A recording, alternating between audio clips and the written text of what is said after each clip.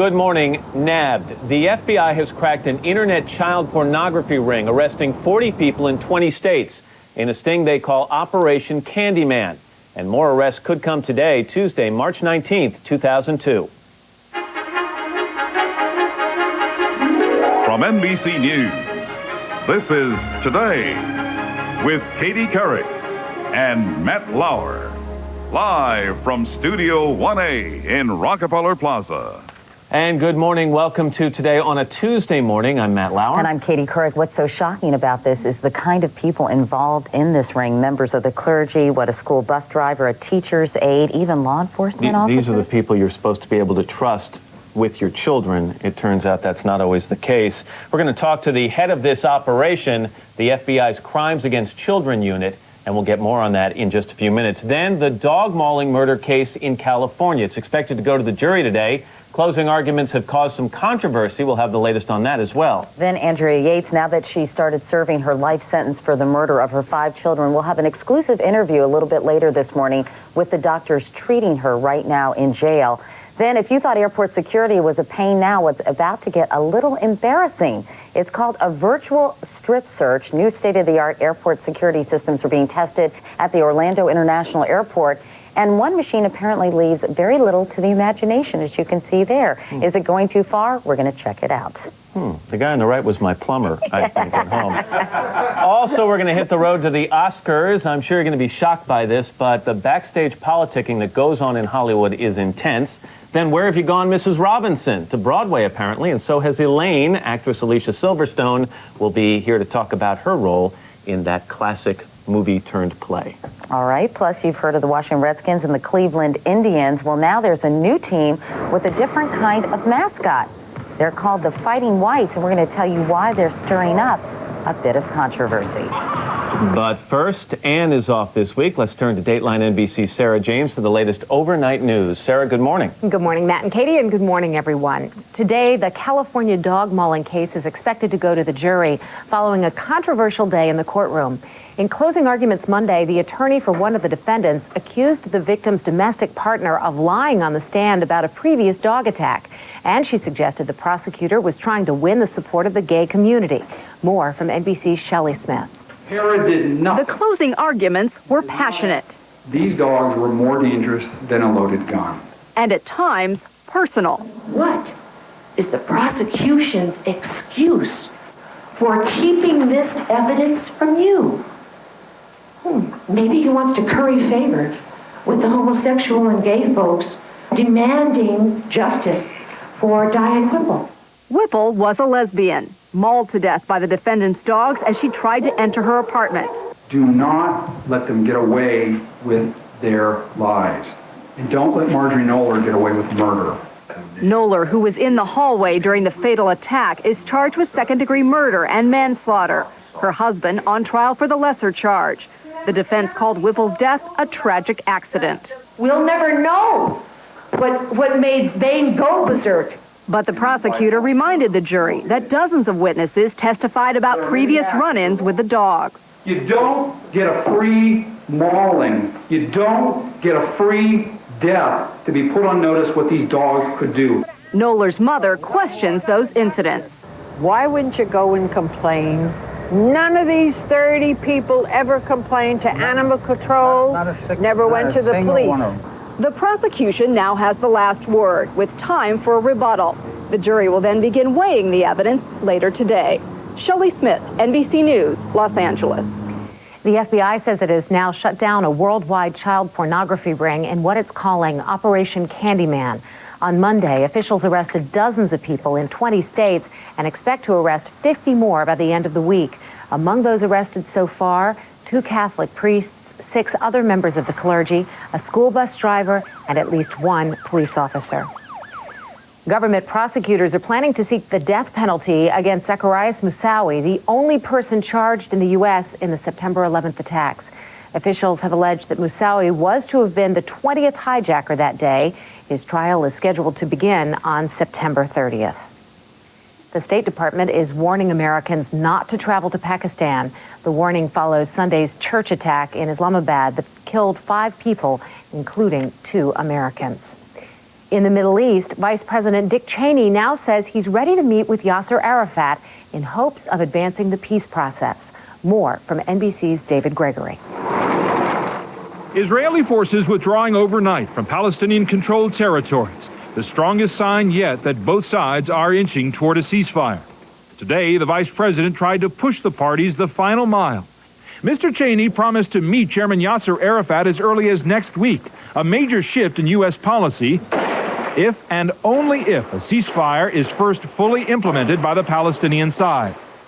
Tenant work plan requires 100% effort by Chairman Arafat to stop the violence and the terror, and I would expect the 100% effort to begin immediately. The administration's special envoy, Anthony Zinni, will take that message to Chairman Arafat during a meeting today, with American officials fearing that more violence will again undermine the administration's shuttle diplomacy here. Mr. Cheney said Zinni will not stay in the region indefinitely. And he has made clear that failure to fulfill the requirements of Tenet and Mitchell will torpedo this process. On the issue of Iraq, Prime Minister Sharon said he told the vice president Israel would fully support a U.S.-led war against Saddam Hussein. But Sharon also suggested he would retaliate if Iraq launched a counterattack against Israel. David Gregory, NBC News, Jerusalem. Federal Reserve policymakers meet today on interest rates. Most economists expect rates to stay the same, but perhaps rise later in the year. And it's now 7:06. Time to go back to Matt and Katie. All right, Sarah. Thank you very much. Meanwhile, Al Roker is taking the week off, so we're going to head down to Washington, D.C., the nation's capital, where Willard has a check of the weather. Looking very fetching in your hat this morning, Mr. Scott. Thank you, ma'am. Always a pleasure to see you. And do you know that tomorrow officially springtime begins? Al will be out with his tutu on doing a little dance around the cherry trees. Good news, my dear friends. We may have the beginning of a drought buster. Down in southwestern Virginia, all of West Virginia, northern and central Texas, including Dallas, Fort Worth, they are getting rain today, my dear friends. Tennessee has some flash flooding, almost too much rain, 4 to 6 inches, more expected today. And yes, the Northeast will benefit. Snow in the northern plains, and that's it. Here's what's happening in your world, even as we speak. Good Tuesday morning from the Storm Team Weather Lab. Some showers in the forecast today. Our forecast for this morning calls for mostly cloudy skies. Some light showers will be developing later in the morning. Temperatures climbing through the 30s with east winds at 5 to 10. Cloudy, light rain will be likely this afternoon. High 45, south winds 5 to 10. Cloudy with light rain coming to an end this evening. Low 32, and tomorrow becoming partly cloudy with a high of 45. The extended forecast calls for a cold day on Thursday, highs in the mid-20s. And just one word about the passing of Pat Weaver, our father on the Today Show, and a great, great broadcaster. Matt? We echo your thoughts exactly, Willard. Thank you very much. On Close-Up this morning, Operation Candyman. The FBI is shutting down an online child pornography group arresting 40 people in 20 states, with another 50 arrests expected to come later this week. Most shocking of all, those arrested included members of the clergy, law enforcement, and many trusted with the care of children. Michael Heimbach is chief of the FBI's Crimes Against Children Unit. Mr. Heimbach, good morning. Good morning, Matt. Can you tell me how you first came across this web group? Well, we first came across this web group based on citizens' complaints. Then our undercover agents in our FBI Houston office infiltrated this particular website. And I know there was a lot of activity on this website, some 7,000 members of this group. Let me ask you for an explanation. Is it illegal just to visit a site like this? It is illegal to visit and then to download the child pornography. Yes, it is. So what crimes will you charge these people with exactly? Well, it's a variety of charges. Most have been initially going to be charged with possessing, distributing, manufacturing child pornography. Additional charges will be filed against those individuals that actually were involved in a sexual abuse of children. Well, and how did you figure that out? Obviously, you went to these names. Were these people using their real names?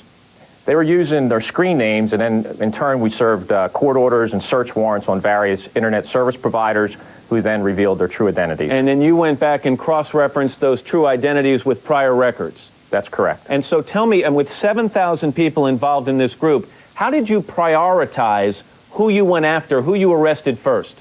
Well, of course, those individuals, as you mentioned, in positions of trust, they received our most immediate attention because we felt that they put children at most risk, most in harm's way.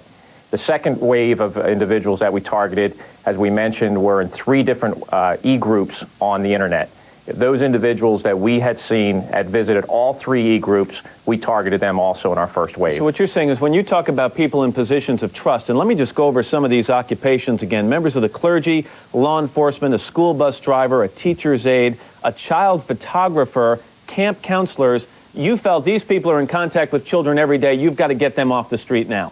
Immediately. We had to remove these individuals, put them into the court system so that we can make sure that no additional children were in harm's way. Can you tell me, of the people you've arrested so far, Mr. Heimbach, how many had prior records for actual sexual molestation?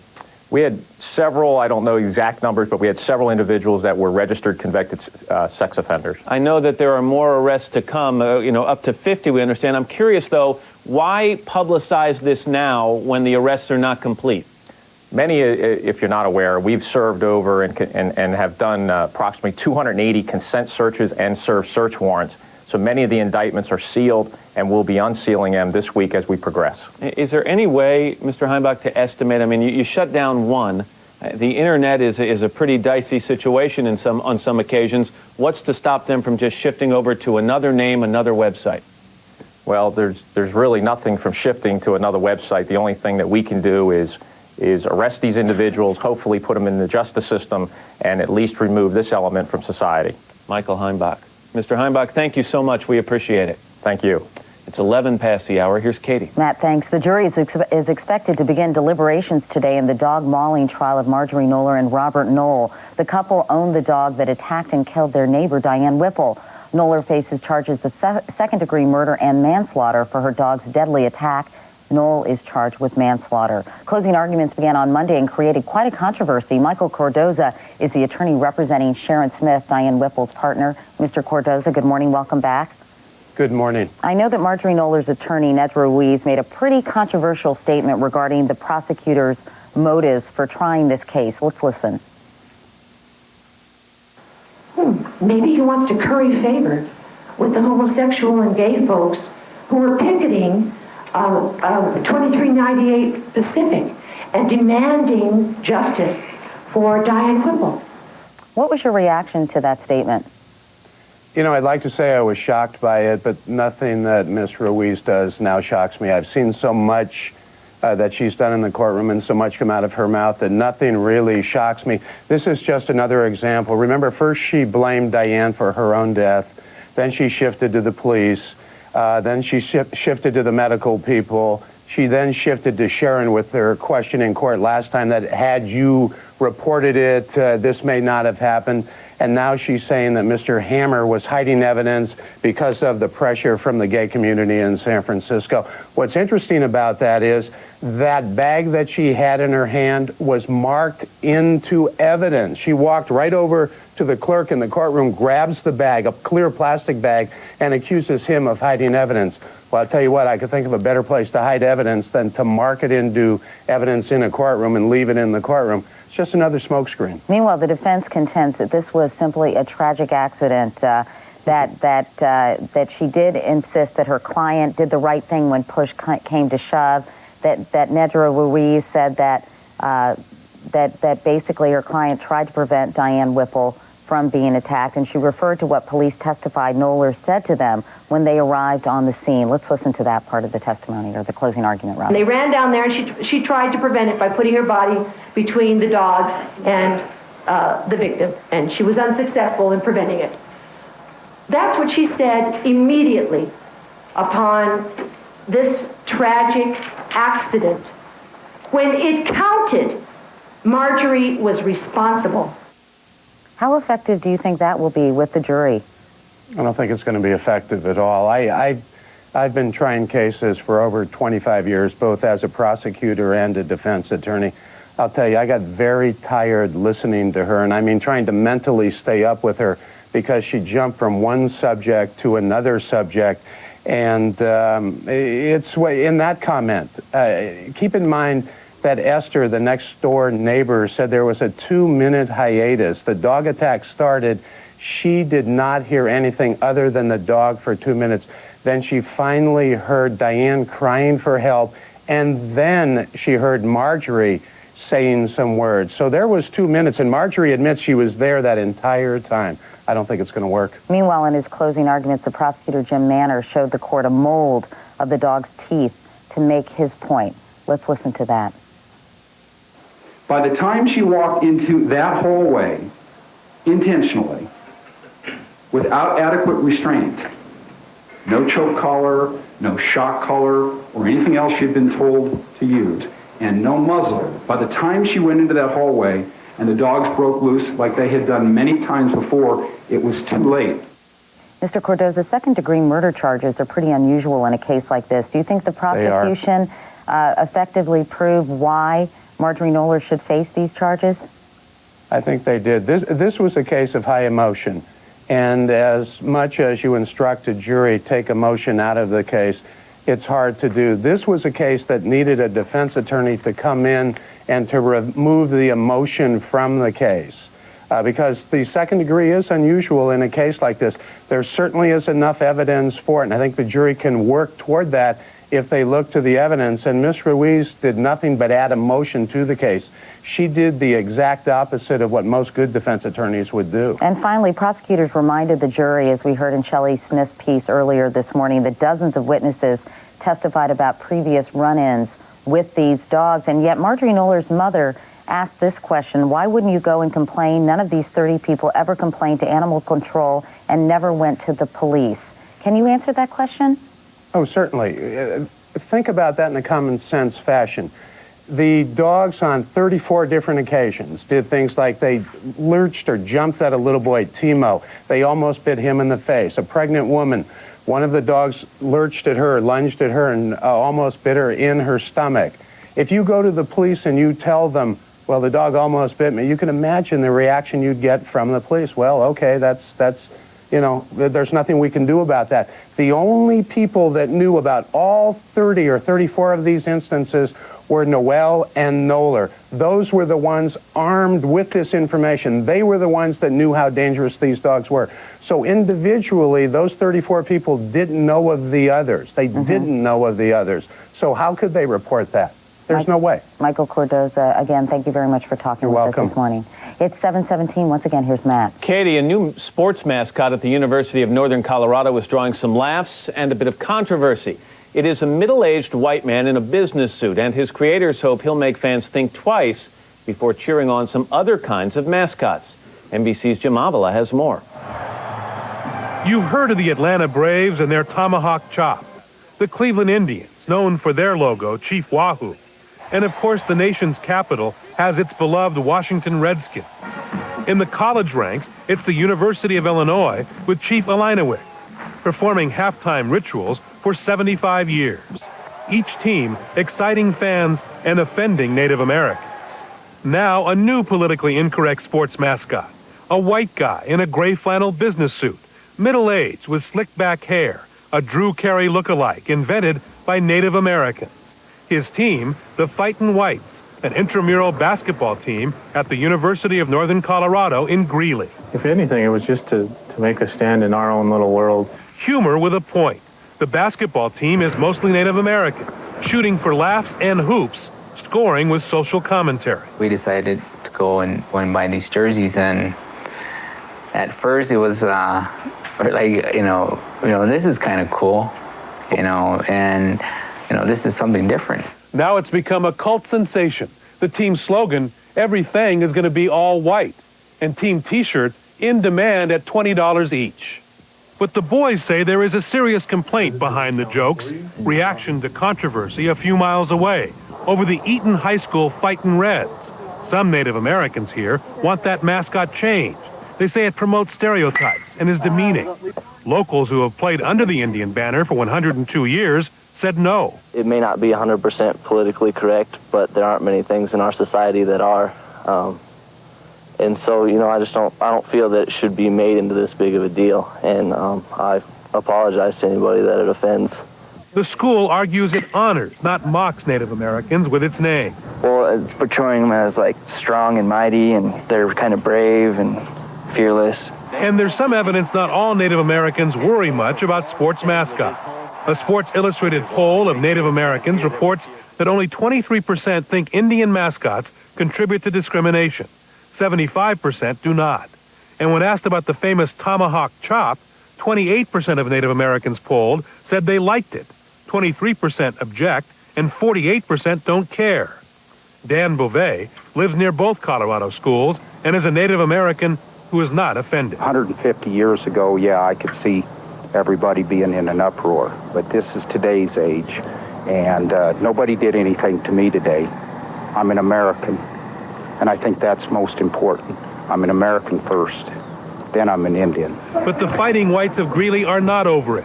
American Indian kids fighting this battle with humor, a well-aimed jump shot, and at least one white guy on their side. For today, Jim Avila, NBC News, Chicago. It is 7:20 on a Tuesday morning. This is Today on NBC.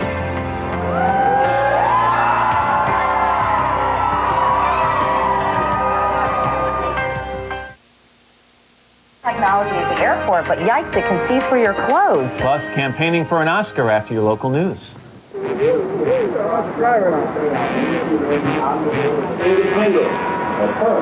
That was the scene just outside our studio a little while ago on this Tuesday morning, the 19th day of March 2002. As you can see, security very, very tight. That's because inside that wooden box is something extremely valuable, worth somewhere in the neighborhood of between $4 and $6 million. That's just an estimate. Some people say much, much more. We're going to show you what that is in just a couple of minutes. Meanwhile, here in Studio 1A, I'm Sergeant Joe Friday. Thank you. Yeah. I'm Matt Lauer along with Katie Couric. Al is off today. And take a look. Can we show the security in the studio right now? That's right. We've got a couple of big dudes there. We're not going to tell you what they're guarding just yet, except to say that it's very small, very light, and extremely rare.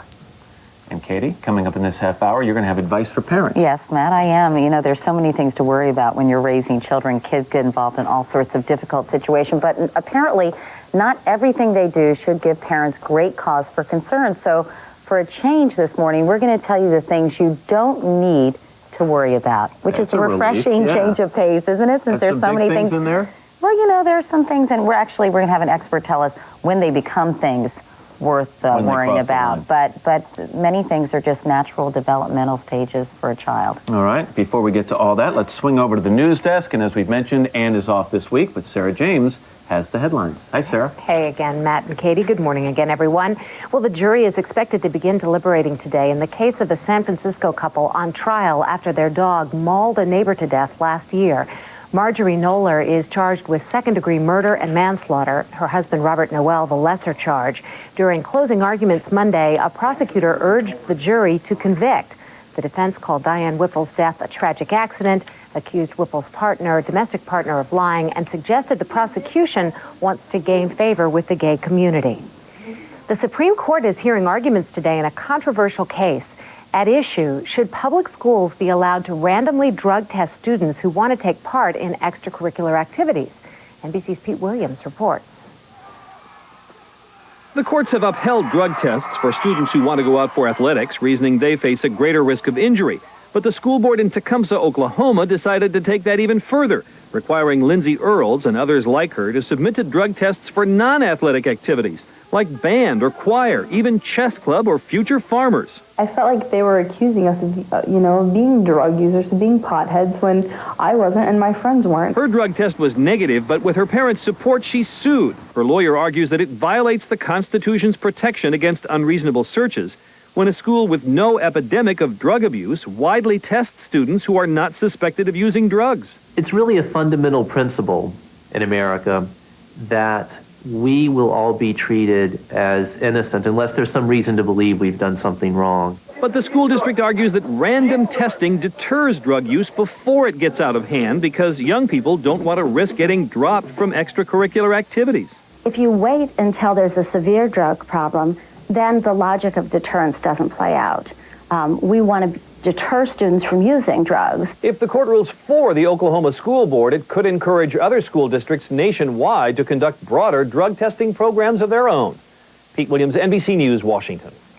Important health news now. A World Health Organization study out today reports that mammograms are effective in preventing breast cancer deaths in women. According to the study, women aged 50 to 69 can reduce their risk of dying by 35% if they get regular mammograms. A recent Danish study had questioned their effectiveness.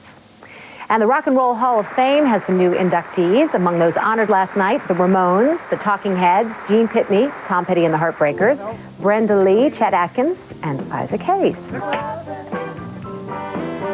And that brings us to 4 minutes past the hour, which means it's time to go back to Matt and Katie. That's a very eclectic group, isn't it? Brenda Lee, all Tom over Petty, the map. Isaac Hayes. The Talking Heads. Yeah, you're all over the place. Anyway, thanks, Sarah. Let's go outside. Let's go down to Washington and get a check of the weather. Mr. Scott is filling in for Al this week. Hey, Willard. Hey, listen, you're right in both cases. I'm outside and I'm down in Washington. Did Brenda Lee I saw Mommy kissing Santa Claus?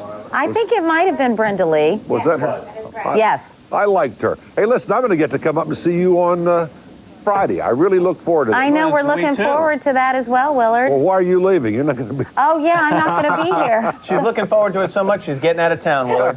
I'll be doing the show from Los Angeles.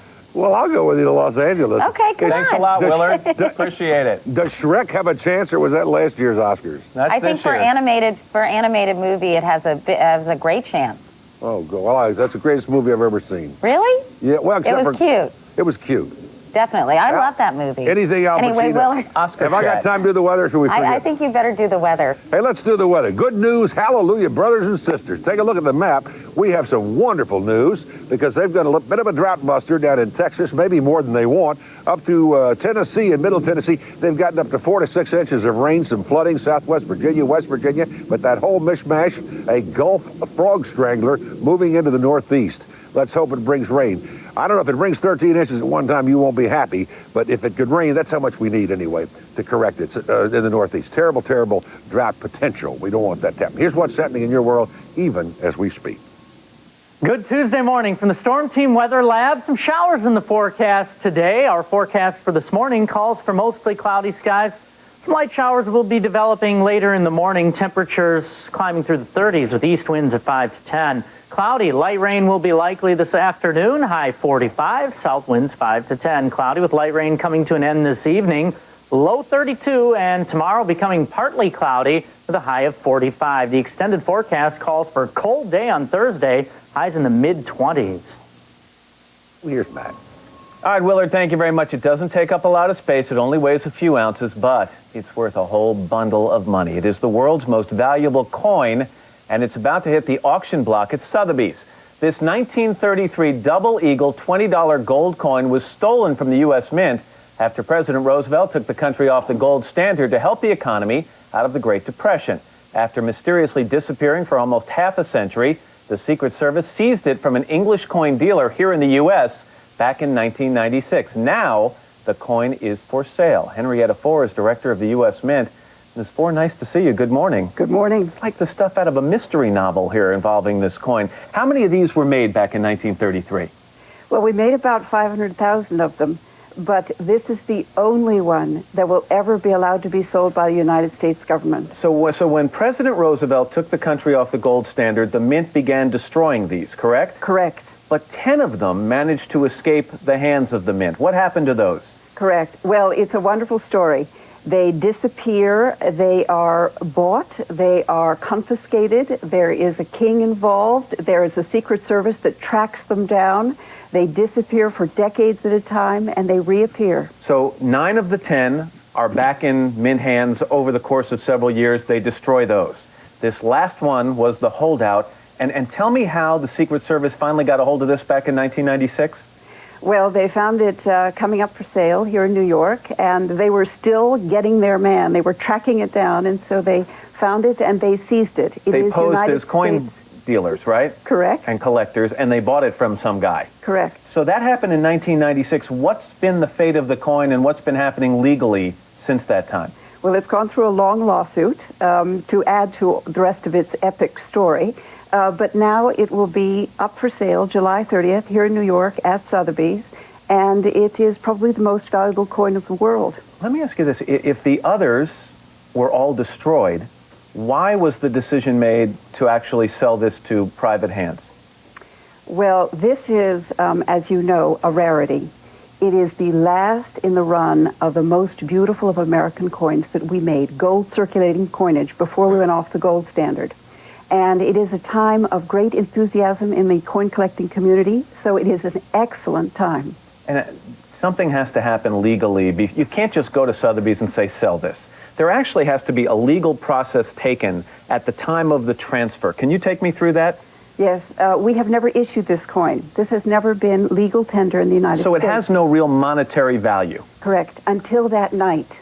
And on that night, we will take $20 out of proceed, and that will be our issuance for this coin. As a matter of fact, the actual price listed for the coin will be $20. Correct. And we expect the bidding will go much higher than that. Much higher. This is a coin of extraordinary rarity. It is a one-of-a-kind. It is the Mona Lisa of coins.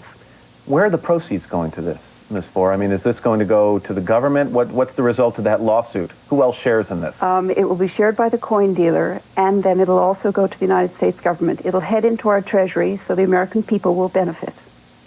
Give me an idea. I mean, the estimate that I've heard placed on this, can I touch it? You can. I'm wearing my white glove. Excellent. The estimate that I've heard placed on this, don't worry, pal, I'm not going anywhere. He just edged forward slightly, is $4 to $6 million. Be realistic. What do you honestly think this is going to go for?